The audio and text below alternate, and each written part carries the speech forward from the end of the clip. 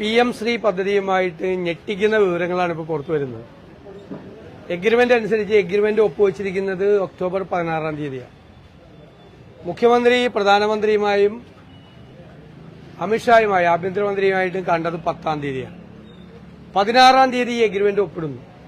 22-ാം തീയതിയാണ് മന്ത്രിസഭാ യോഗം. ആ മന്ത്രിസഭാ യോഗത്തിൽ പോലും ഇത് ഒപ്പിട്ടത് അറിയിക്കുന്നില്ല.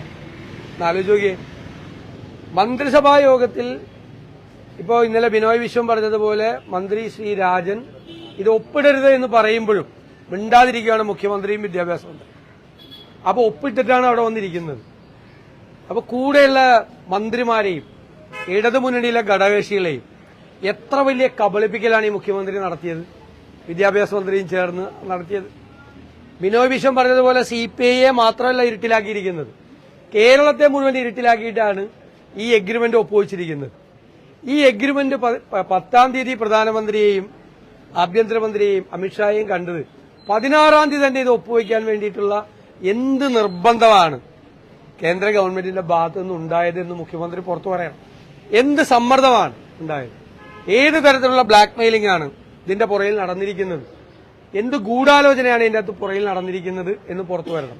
കാരണം മുന്നണിയിൽ ചർച്ച ചെയ്യാം എന്ന് പറഞ്ഞ് ചർച്ച ചെയ്തില്ല, ക്യാബിനറ്റിൽ ചർച്ച ചെയ്യാം എന്ന് പറഞ്ഞു ക്യാബിനറ്റിൽ ചർച്ച ചെയ്തില്ല. അക്ഷരാർത്ഥത്തിൽ CPMന്റെ അഖിലേന്ത്യാ സെക്രട്ടറിയായ MA ബേബി പോലും അറിഞ്ഞിട്ടില്ല.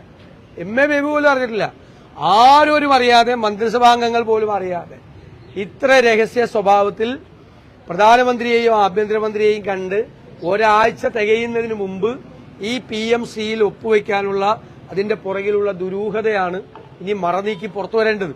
എന്ത് സമ്മർദ്ദമാണ് ഉണ്ടായിരിക്കുന്നത്?